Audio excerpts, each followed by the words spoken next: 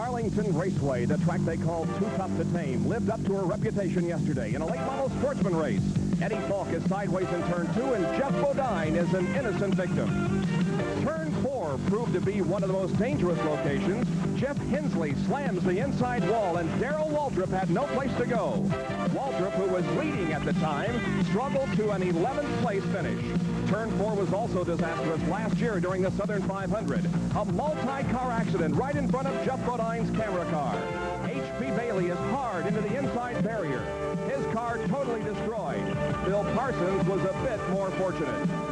Yesterday, Grand National driver David Pearson replaced his son Larry in an ill-handling race car, and he too found the inside wall on the front stretch. Charlie Luck and Tommy Ellis were also involved. Pearson wasn't the only driver yesterday substituting. Harry Gant stepped into the Jack Ingram machine and worked his way to the front. With less than 3 laps to go, Gant went inside of Brad Teague in turn 3, and Harry Gant went on to win the Dixie Cup 200. Today, it's the Grand National driver's turn, and we'll be riding with Benny Parsons as we bring you live coverage of the Trans-South 500 from Darlington International Raceway.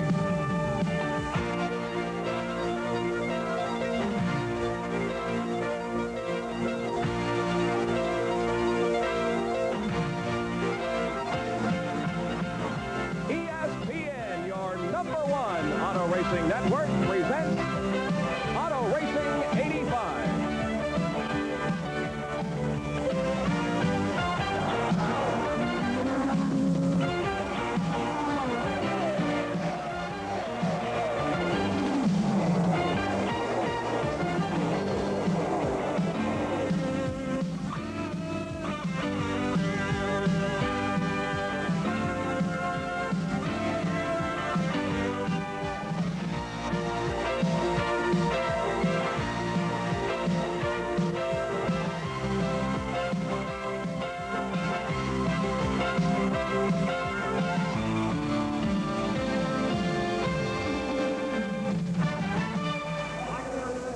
Racing 85 this week in South Carolina, Darlington, South Carolina to be exact, and the Trans-South 500. And once again, April showers are threatening.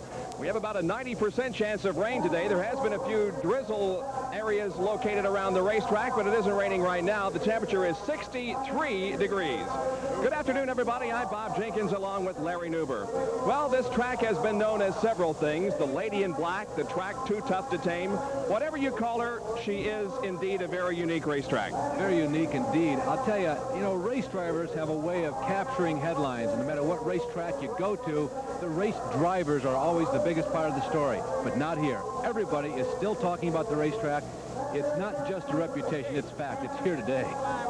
On the pole for today's race will be Bill Elliott alongside David Pearson, but the talk is not who the favorite, but the fact that so many drivers are capable of winning this event here. Well, a lot of the other races on the trail, we've almost pre-conceded the event to Bill Elliott, but even though he's the fastest qualifier here, there's no thought of that. Dale Earnhardt has been very hot lately. Neil Bonnet has led a lot of races this year. Ron Bouchard is feeling real racy. Darrell Waltrip, of course, is always a threat, but the point is there is no real clear-cut favorite in terms of the opinions up and down pit road. There'll be a lot of activity on pit road today. We have 2 pit reporters working that area. Let's go first to Jack Arute. Well, Bob and Larry, if there's no clear-cut favorite for today's race, one has to look back to the history books. And the man that is second in the all-time victory list behind Richard Petty is David Pearson, and he's also won 7 Trans-South 500s. The last one came in the car that he's been reunited with for 1985, but that was back in 1980. He's now behind the wheel of a Haas Ellington prepared machine, and he's planked the car on the outside pole. So if you're a student of history, one might want to look at David Pearson as a possible favorite today. Let's go down now for some other observations from pit road to Dick Bergeron. Thanks, Jack. The weather has really shuffled the deck here at Darlington since yesterday's last practice session. It's rained, it's gotten colder, and all the chassis setups that were perfect yesterday are not perfect anymore today. The mechanics have changed springs, they've changed chassis adjustments, they've altered carburetors, and they've even changed the timing in some of these engines. Nobody really knows what's going to happen when the green flag drops. This is going to be wide open. All right, thank you, Dick, and thank you, Jackie. The Trans-South 500 is brought to you by Ford and your Ford dealer. Have you driven a Ford lately? And by STP Corporation. On the world's racetracks and on the world's roads, depend on STP, your car care company.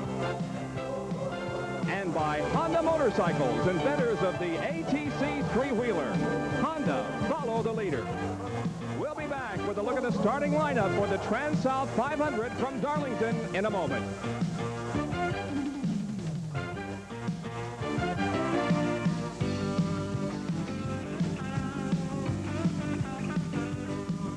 Started along pit road, and we're just a few minutes away now from the start of the Transouth 500 here at Darlington International Raceway. The balloons have been released into the overcast skies here in South Carolina, and we take a look now at the specifics regarding this racetrack. It is 1.366 miles in length.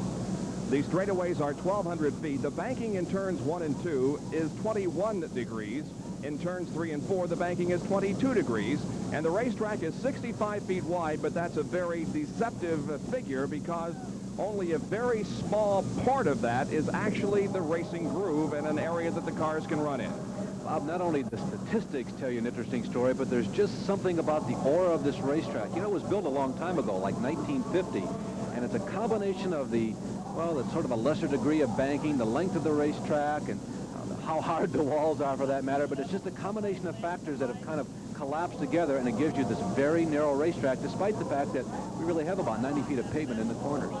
Well, it was drizzling just a few minutes ago. I think we're going to be plagued by drizzle throughout the afternoon, and although there is a 90% chance of rain, I'm pretty optimistic that the heavy rain is going to stay away from us and we can get this 367 lap race in. There is David Pearson in the Chattanooga Chew car. He'll be outside of row number 1 alongside the pole sitter for this race, Bill Elliott. Well, one thing also for everybody to keep in mind, we've got to go, I guess, 183 laps or so for this race to be officially declared the finish. So keep that figure in mind. If the rain clouds begin to gather and we get up to about 150 laps in this race, the crew's got to start making some decisions because lap 183 might be the checkered flag. All right, the cars begin to move away now for their first of a couple of warm-up and pace laps. And now let's look at the starting lineup for today's race. On the pole in car number 9, the Coors Ford from Dawsonville, Georgia, qualifying at 157.454. Bill Elliott alongside David Pearson in the Chattanooga Chew Chevrolet. Second row in the Piedmont Airlines Chevrolet car 44, Terry Labonte, and Benny Parsons car 55, the Copenhagen Chevrolet. In the third row, the Nationwide Auto Parts Pontiac car 75, Lake Speed, and Ron Bouchard in the Valvoline Buick car 47. In the fourth row, Neil Bonnet in the Budweiser Chevrolet car number 12, and Dale Earnhardt in the Wrangler Jean Chevrolet car 3. In the fifth row, Ricky Rudd in the Motorcraft Ford car 15, and Buddy Baker car number 88, the Liquid Wrench Bullfrog Knits Oldsmobile. Sixth row, Jeff Bodine in the Levi Garrett Chevrolet car number 5, and the Skoll Bandit Chevrolet driven by Harry Gant car 33. Seventh row, car number 11, the Budweiser Chevrolet with Darrell Waltrip, and Dave Marcus in the AEL Rents Oldsmobile. Then Tim Richmond in car 27 in the old Milwaukee Pontiac, and Bill Parsons in the Skoll Bandit Chevy. Joe Ruttman starts in the next row in the Folgers Coffee Chevrolet, and Richard Petty in the STP Pontiac. Then in the 10th row, Bobby Hill in the Trap Rock Industries Chevrolet, and Rusty Wallace in the Alucard Pontiac. In the 11th row, Cale Yarborough and Kyle Petty. And in row number 12, Bobby Allison, car 22, and Morgan Shepherd, car 1. 13th row, Ken Schrader and Mike Alexander. 14th row, Trevor Boys and Slick Johnson. Ken Reagan and J.D. McDuffie start in row 15. Connie Saylor and Jimmy Means in the 16th row. Then Clark Dwyer and Don Hume. Eddie Burschwale and Buddy Arrington in row 18. Bobby Waywack and Dick May in row 19. And Jeff Booker and Eldon Dotson in row number 20. Our in-car camera is with Benny Parsons, car number 55. We'll try to establish radio communication with them. Benny, this is Larry Newber up on ESPN Control. What are we watching for here on the first start of the race? Right now I'm looking at the gauges, Larry, to make sure that everything is okay. Benny, what are some of the things that people at home can watch for? This can be a very narrow track, particularly on that first lap. Tell you what, I'm kind of concerned about it. Well, right now the field is moving into turn number 3. We're going to let Benny get back to work because we're going to go green flag probably in about 20 seconds. All right, Benny, good luck to you and the other 39 competitors in today's Transouth 500. There's Benny starting alongside of Terry Labonte in row number 2. Overcast skies here, the temperature in the 60s. but good racing conditions, really, if the rain will hold off. The pace car is into the pit area. The field comes out of turn number 4 looking for the green flag, and they get it. The Transouth 500 is underway from Darlington.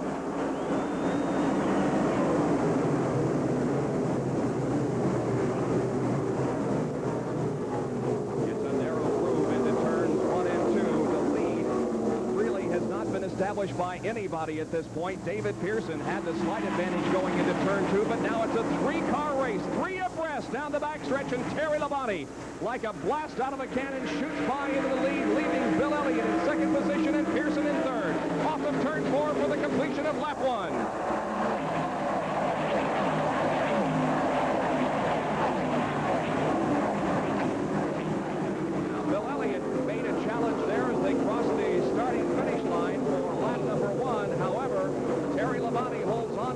Elliott is right behind. Then David Pearson and Benny Parsons. In the 5th position is Ron Bouchard. And the rest of the field behind that. There is Labonte, who made a great move coming out of turn number 2 down the backstretch to pass both Elliott and Pearson to take the lead.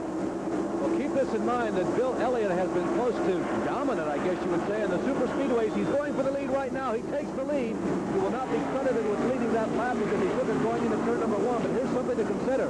The 2 races that Elliott has led this year, he has won. So is this an omen for Bill Elliott? A good one?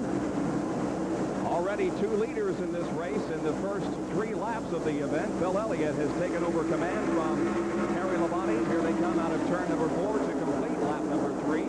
Car moving slowly down the second turn area, and in fact in the pits in the backstretch is Trevor Boys in car number 98. We'll watch that situation for you as we keep our eye on the action on the track. And we're right beside Benny Parsons now as he comes out of turn number 2 and down the backstretch. You can see him following the David Pearson car. Now they go into turn number 3, dipping low and then letting the car drift high. Benny Parsons running in 4th position. Well, the story on Trevor Boys is that he was given a black flag for jumping at the start. So NASCAR officials spotted what they consider to be an infraction. They've had Trevor come in for a stop-and-go penalty. Well, it's a little better start for Benny Parsons than last year when he was on the pole for the race and got a little bit sideways coming out of turn number 2 and never led the event. But Benny hanging in there now in 4th position as the lead continues to be held by Bill Elliott. And now we turn the camera around and see what's going on behind him. There you can see Ron Bouchard in the Valvoline Buick following Benny Parsons. And behind Ron Bouchard is Lake Speed in car number 75, and then Dale Earnhardt. Bob, you heard Dick Bergman tell us that a lot of these crews have made significant changes on the chassis setup on these cars after yesterday's practice or during yesterday's practice, the last one, because they anticipated weather exactly like this. Now, it's the kind of setup that not very many people have had much of a chance to practice at all week long. I think that's one of the reasons why things are relatively calm right now. Everybody is sitting in the seat, seeing how the car feels, making sure they're comfortable, because a lot of them are running basically green race cars. There's a shot of Bill Elliott from Dawsonville, Georgia, the winner of the Daytona 500 earlier this year, and also the winner at Atlanta. In 5 starts this year, he has 2 victories. Is the only 2-time winner on the trail this year. Make that Dale one Earnhardt, of 2 yeah. drivers. Dale Earnhardt, of course, picking up a victory last weekend at Bristol, Tennessee, becoming also a 2-time winner this year. And Earnhardt also was strong in the late model sportsman race yesterday until mechanical problems forced him out. So we'll keep an eye on Dale Earnhardt today. There's the advantage now that Bill Elliott has gotten over Terry Labonte in just the first 7 laps. Let's go down to Dick Berggren.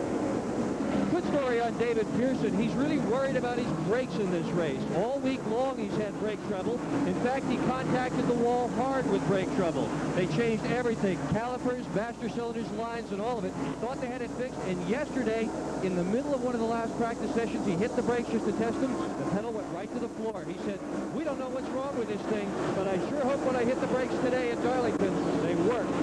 Bob? I would think that the Darlington International Raceway is not a track where you would want to run any length of time without any brakes. Right now, Pearson is in 4th spot. Well, I'll tell you the big story here. We're going to go down to talk to Hoss Ellington, but it's Bill Elliott. More on that later, but here's Dick with Hoss Ellington. Actually, it's Jack Arute with Hoss Ellington. Hoss, we've heard reports that during qualifying you had a brake problem. Talking to David in the early laps, are the brakes okay? Right now, we don't see no problem. We don't see no problem right now, Jack. I just hoping, we can go all day without having any problem. We'll be in good shape. What do you do to remedy a situation like that if it develops here? Well, I don't know. It's going to be hard to do anything here. The track's small. We just hope we put everything brand new on it. And, we had brake problem all week. And look, yesterday afternoon we had pretty good shape. So we'll be all right today, I think. Well, you can be sure the whole crew has their fingers crossed down here. Back up to Bob and Larry. Hoss Ellington of the David Pearson crew. David now in third position behind Terry Labonte and the leader of the race, Bill Elliott. And Elliott is really lengthening his advantage. He is coming out of turn number 2 right there down the backstretch. Terry Labonte is about a half a straightaway behind in second position. It's a good start for Bill Elliott in the number 9 Coors Ford. Bill qualifying at an average of 157.454 miles an hour, about a half a mile an hour faster than second fastest qualifier David Pearson. Well, Bob, it's still very early, but I'll tell you something. I am really surprised at how easily Elliott has moved to the front and how much distance he's put on himself over second and third place running Labonte and David Pearson. We said earlier that there really was no clear-cut favorite in this race because of the domination of the track, but Elliott right now, whoa, he's getting the job done. 11 of 367 laps are completed, and the start of today's Transouth 500 has been brought to you by Coney, makers of shock absorbers and suspension kits for all performance cars. Coney, proven superior. Back live at Darlington, South Carolina for today's Transouth 500 in a moment. Right now it's Bill Elliott leading with Labonte second, then Pearson, Parsons, and Bouchard. The race fans are watching Bill Elliott in the lead here at the Transouth 500 in Darlington. Labonte still running in second, and David Pearson is third. Career wins at Darlington? Well, it's a runaway for David Pearson, who has won 10 times on this racetrack. Cale Yarborough and Bobby Ellison have each won 5 times, and Darrell Waltrip and Fireball Roberts have 4 wins here at this racetrack. There is Cale Yarborough in car number 28, who started 21st in this race, and he is now in 20th position. However, we have noticed some smoke coming from the bottom of that race car in the last few laps, and although Cale has picked off a position in the last couple of laps, getting around Richard Petty, he definitely is smoking out there on the track. Well, Bob, here's the interesting thing. He's running on the racetrack with Richard Petty and Bobby Allison. There you have the leading winner of all time in Grand National Stock Car Racing and the 2 guys who are tied for 3rd place all-time wins. We're talking about 350 wins total, running around 20th through 22nd right now. There you can see 81 career victories for Cale Yarborough. Benny Parsons, meanwhile, is bidding for a 3rd place here. David Pearson still in 3rd place, but you can see from our in-car camera the distance between himself and 2 cars get by Benny Parsons. Earnhardt and Lake Speed both go to the inside, and now so does Ricky Rudd. So perhaps a problem with Benny Parsons' car. We'll continue to watch it. He's off of the corner and off the lane straight away. He's dropped back to 6th place now after running in 4th. Bob, a duo that I have been watching the last couple of laps have been Earnhardt and Lake Speed. They have hooked up in a draft. Now, there is some effect of the draft here, not as much as on the super high bank racetrack, but you can really get a draft here. But Earnhardt and Lake Speed have been together for the last 10 laps and really picking up some ground. They have been moving toward the front. They have been working through a pack of cars. There you see Earnhardt, the yellow car, ducking down to the inside. He's gone around Lake Speed. There is Lake Speed, followed by Ricky Rudd. There's a pack of cars, about 15 there, running 5th through 20th, basically, and they have been the 2 hot shoes in that group. Earnhardt in the yellow and blue 3, and Lake Speed in the black, white, and yellow Nationwide number 75. Well, now Dale Earnhardt is right on the back bumper of David Pearson and looking for a 3rd place position here. Earnhardt looks inside once again, coming out of turn number 3 into turn 4. Pearson moves high, and Earnhardt goes low on the racetrack, and Dale Earnhardt from Kannapolis, North Carolina, has moved into 3rd place behind Terry Labonte and the leader of our race, Bill Elliott. So David Pearson drops back to 4th, and in 5th spot then is Lake Speed in car number 75. Well, it's been a real struggle for Dale Earnhardt, Richard Childress and crew for the past couple of years. The wins have come, well, almost as hard as wins for Northwestern University have come in football, but this year, things seem to be together. Remember, we've had 5 races in that blue and yellow car. There in the left part of your screen have won 2 of those 5 races already. There is Kales Yarborough once again, who is in 20th position after having started 21st. Now, he blew an engine in the first day of qualifying and was not among the top 20 qualifiers. That's the reason that he started in 21st position. He was the fastest qualifier in second day time trials.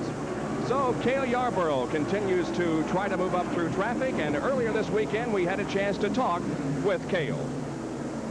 It would be an understatement to say that the 1985 season for the Hardee's team has not gone the way everybody had hoped. Engine problems, changing over. Are you discouraged?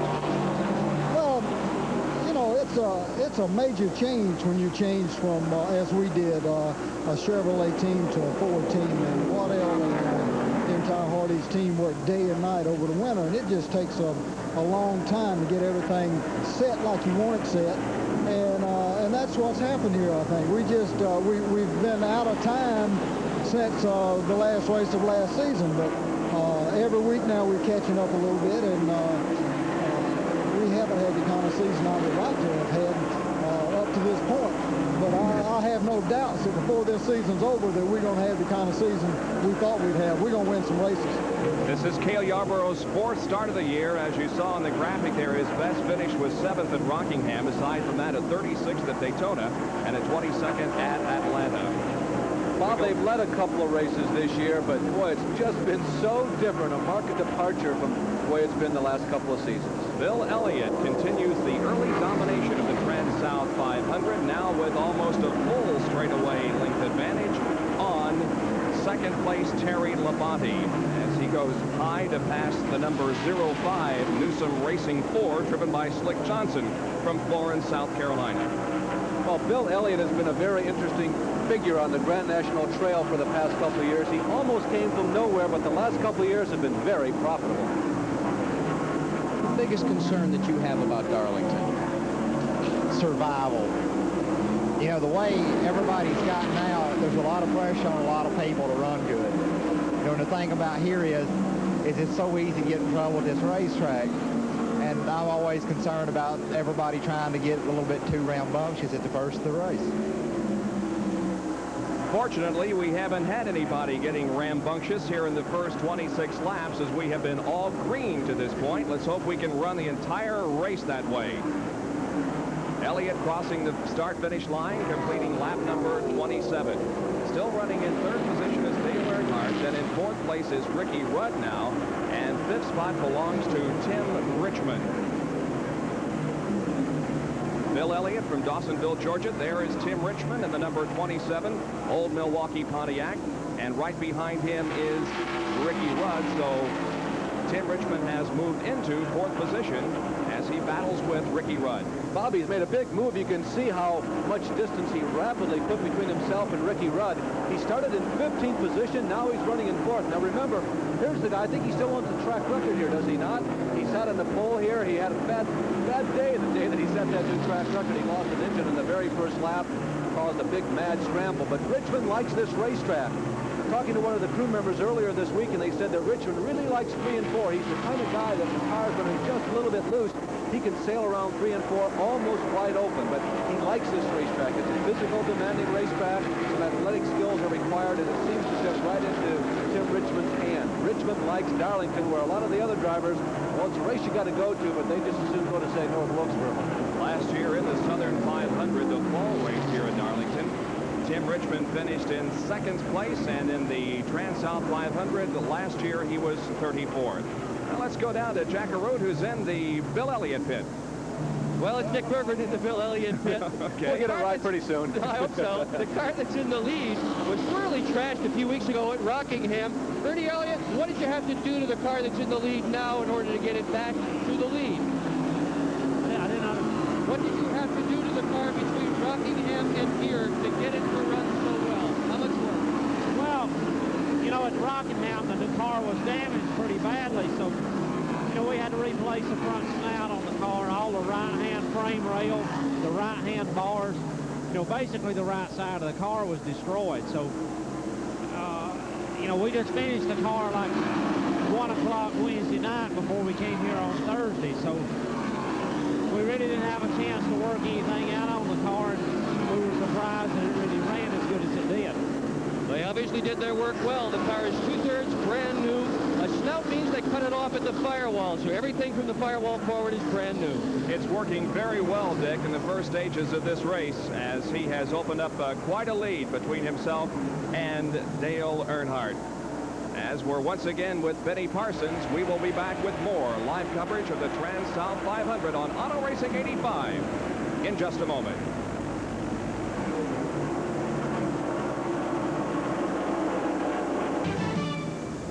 Our continuing coverage of the best in auto racing on ESPN this week in Darlington, South Carolina for the Trans-South 500. 36 laps completed. The leader is that man, Bill Elliott.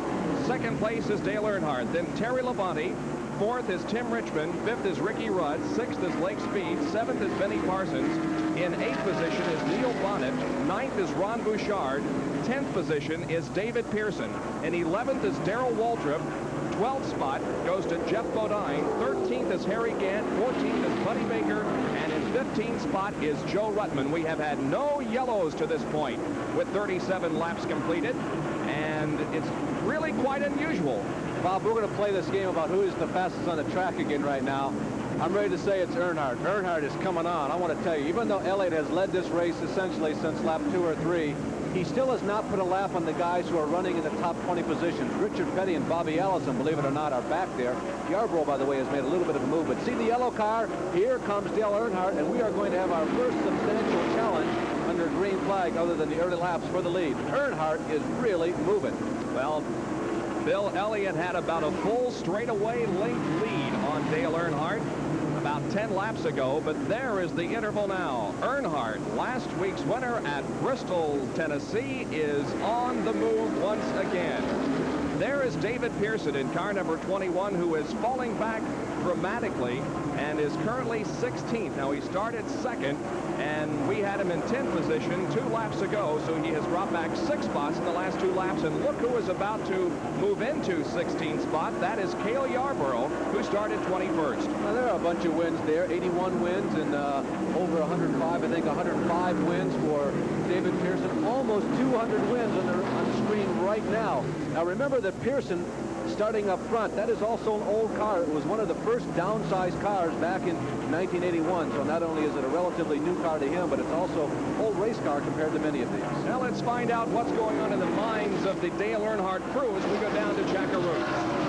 Bob, Dick Bergeron may have made a very good observation at the front of the telecast when he said that the drivers and the crew chiefs are concerned about weather. The situation in the Earnhardt crew is that they felt they'd better go to the front as he has right now and take the lead because they don't feel this race will go the distance. So they're gambling to run flat out and belly to the ground for the first half of the race.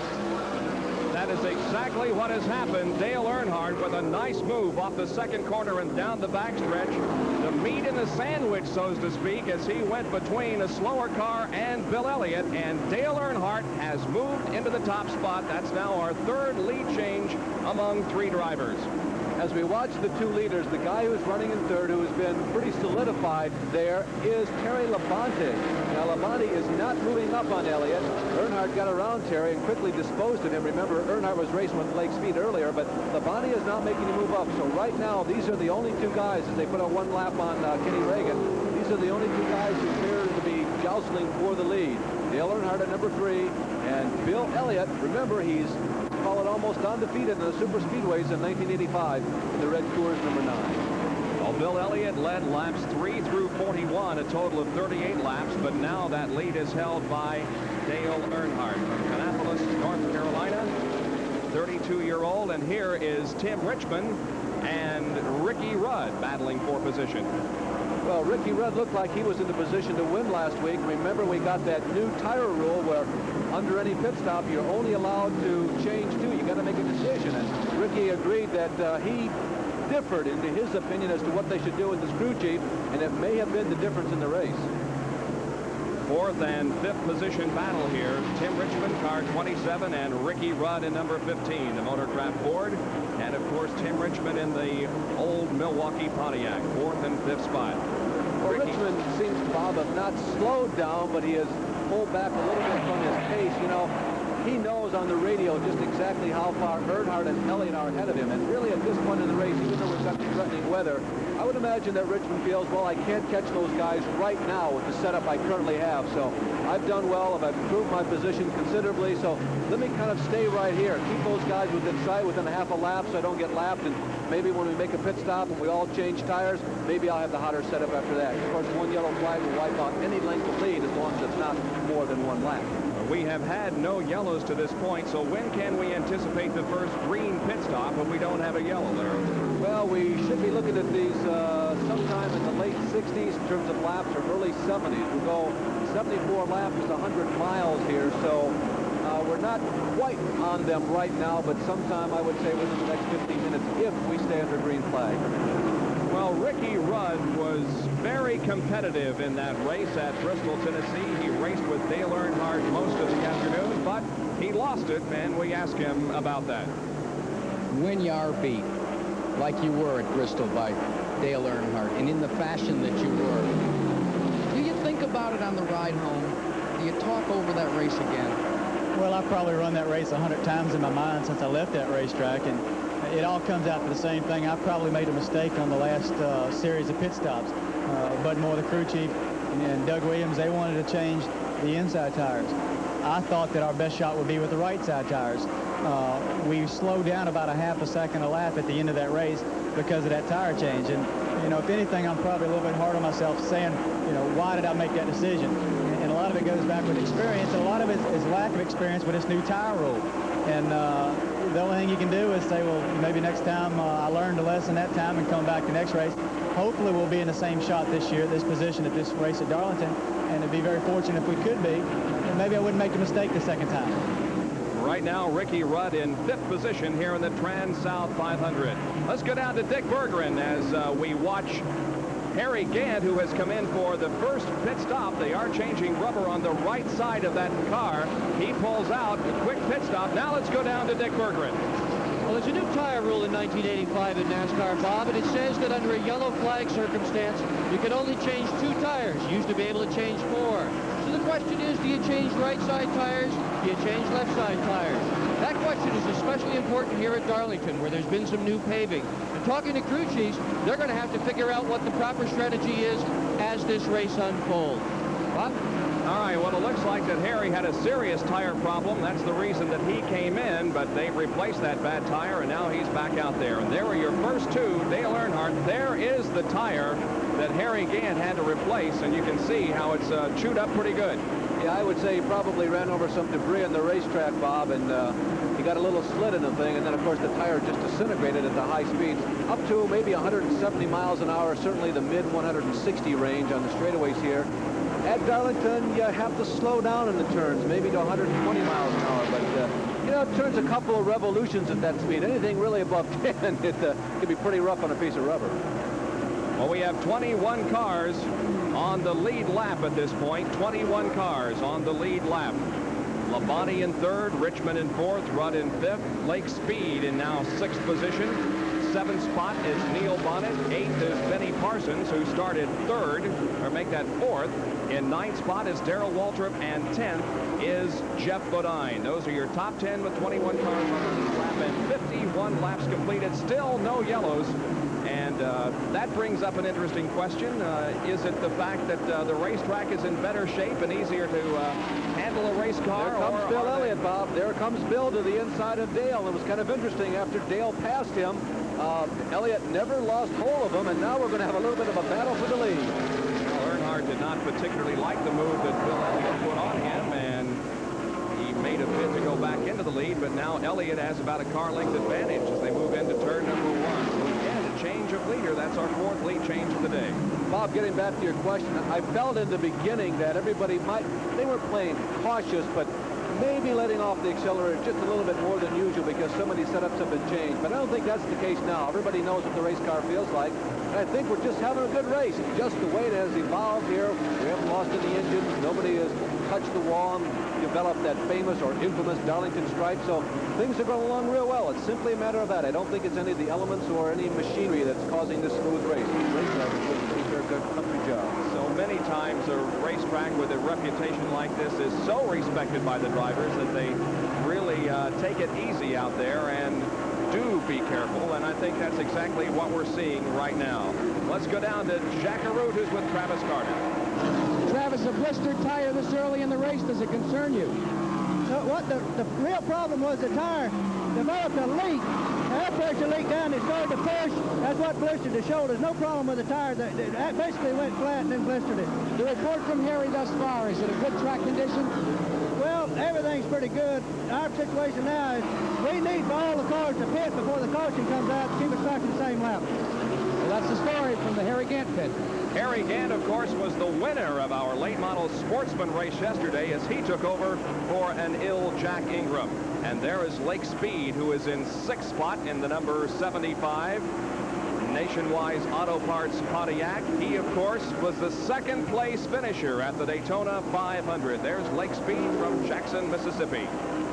Well, Tim Richmond, you just saw him slipping out of the screen there on your monitors at home. Richmond is making a move and apparently has gone into, he has gone into 3rd position. There he is, that red car. Labonte is the blue car. Ricky Rudd is right behind Labonte. That's 3rd, 4th, and 5th. Labonte's slowing just a little bit, but I tell you, you got to watch him for about 10 laps to make it noticeably. But Richmond has been running real good all day long, and right now he's probably feeling pretty confident. And Kale Yarborough has stopped for a pit stop. He is replacing rubber on the right side of that car, and they're filling it up with fuel. Quick tire change, at least in the front end of the car. And now the car moves down off this jacks, and Kale Yarborough moves back out onto the racetrack in the Hardee's Ford. Well, Bob, it's a little early for pit stops, but Kale's in the position where they're making a guess there just isn't going to be any yellow flags before the first session of caution flags. He's unhappy with the setup, so they decided to take a chance. If they pit now, maybe they can change that setup a little sooner. If everybody has to pit under green, he may not lose a lap. Kale Yarborough lives just a few miles down the road here in Timminsville, South Carolina, and he calls this his home racetrack.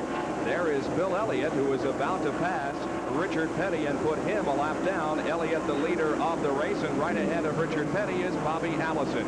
So we watch the cars move through quarter number 3 as Richard Petty moves high on the track and allows the 2 faster cars to go underneath him. So Richard Petty goes a lap down on the field. We'll be back with more live coverage of the Trans-South 500 from Darlington, South Carolina. Bill Elliott leads with Earnhardt second.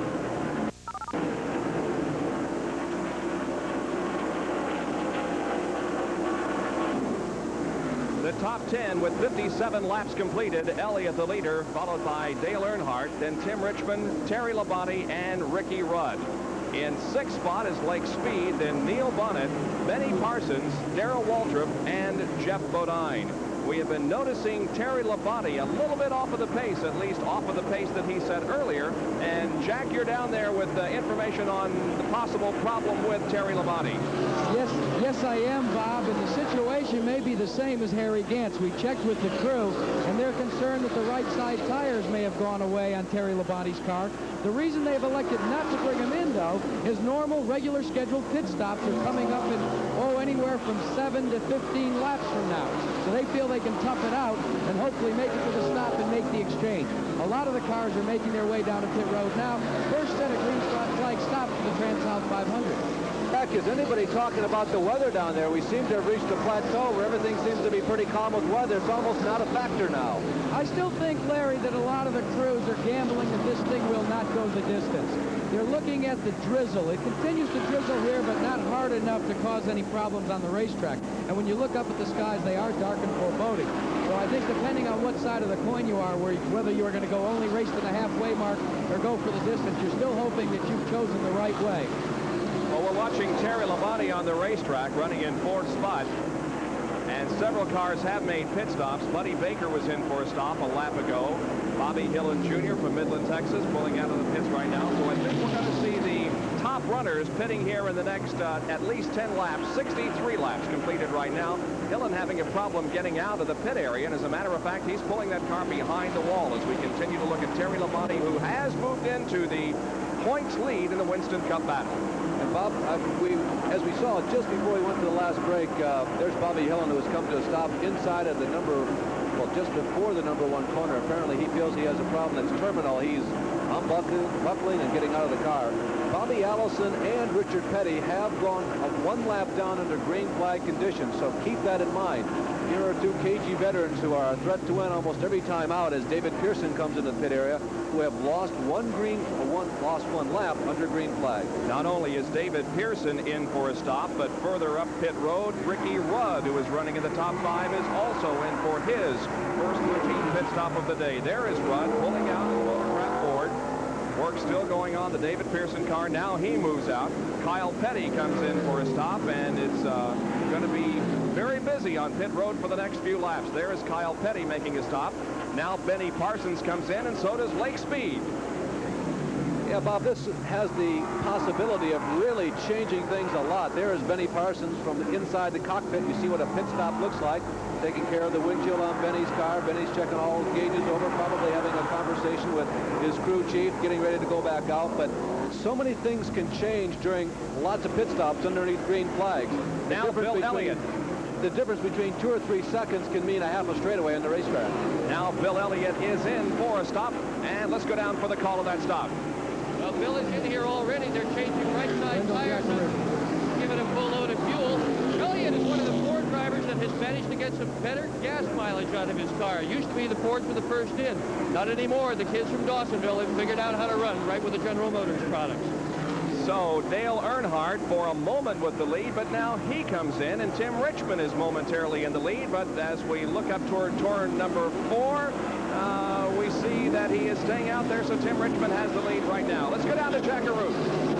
Dale Earnhardt has brought his car onto pit road. He was the leader just momentarily. They've changed the right side rubber. They dropped the jack. They filled it with fuel, and he's off and away in a burn of rubber and smoke, but he's back on the racetrack. Labonte also in for a stop. So is Neil Bonnet. Labonte pulls out.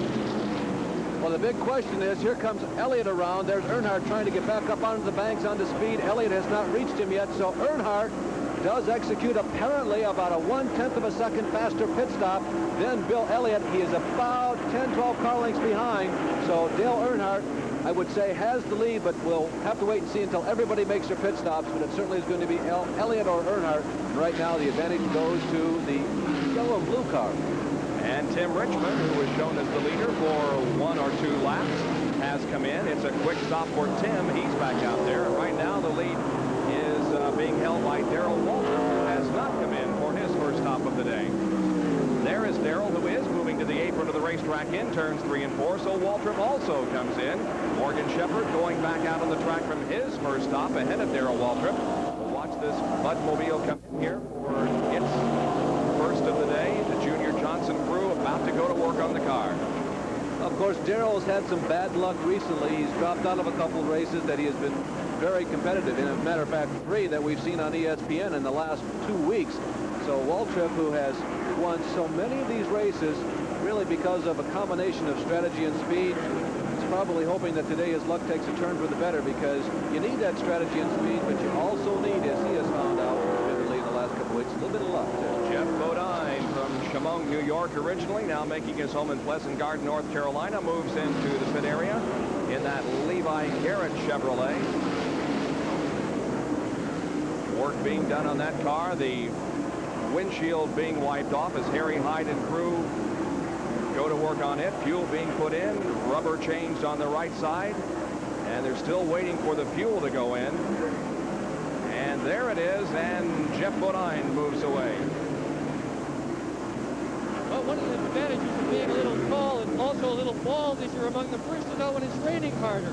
Right now it's beginning to rain a little bit harder. Some of the crews up and down pit road are beginning to open up umbrellas. Still probably okay on the racetrack. The weather is deteriorating right now. Dick, you're right. We could see the wind picking up and the raindrops beginning to come down a couple of laps ago, and you can actually see the raindrops on Benny Parsons' windshield as he moves around the number 99 car of Connie Saylor.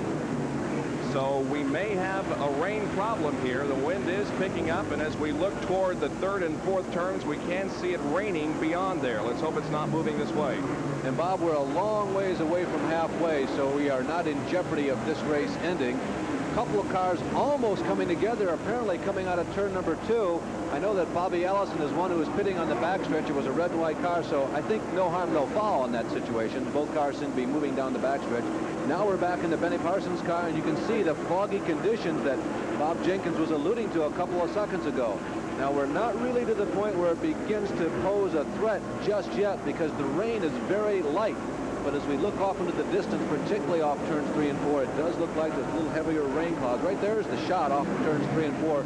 Looking, no, that's going down the front stretch. Rather going down the back stretch, it's looking in the 1 and 2. There's Richard Petty, who has come in for a pit stop in his STP familiar, number 43. Remember, he's lapped down to the leaders, Earnhardt and Elliott.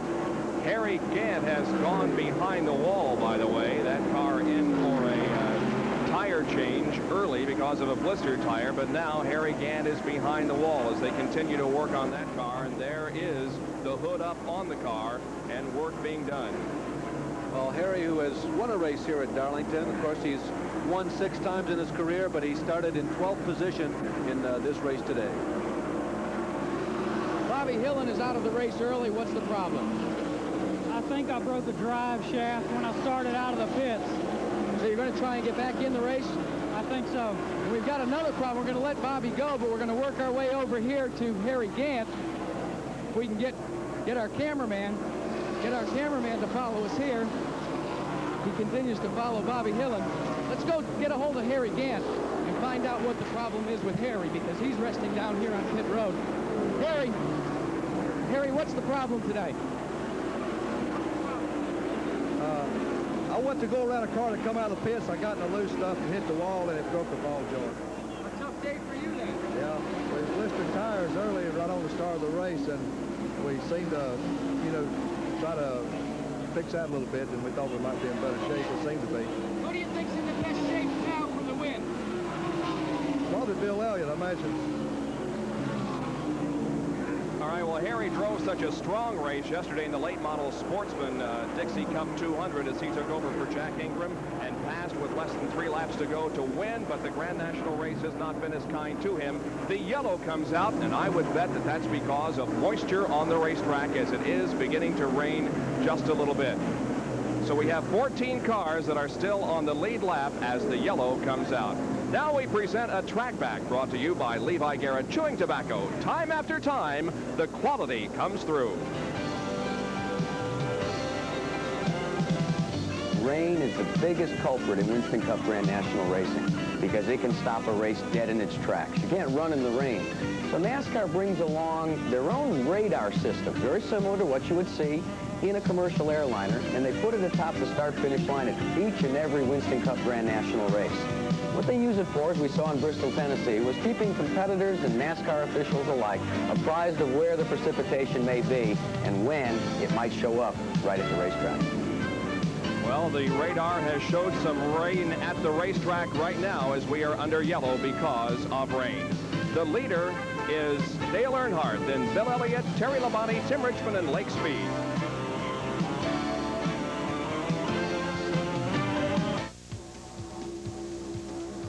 Just hear the stock cars rolling down that high bank track.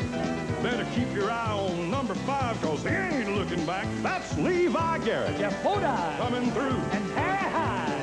Taste that flavor coming through for you.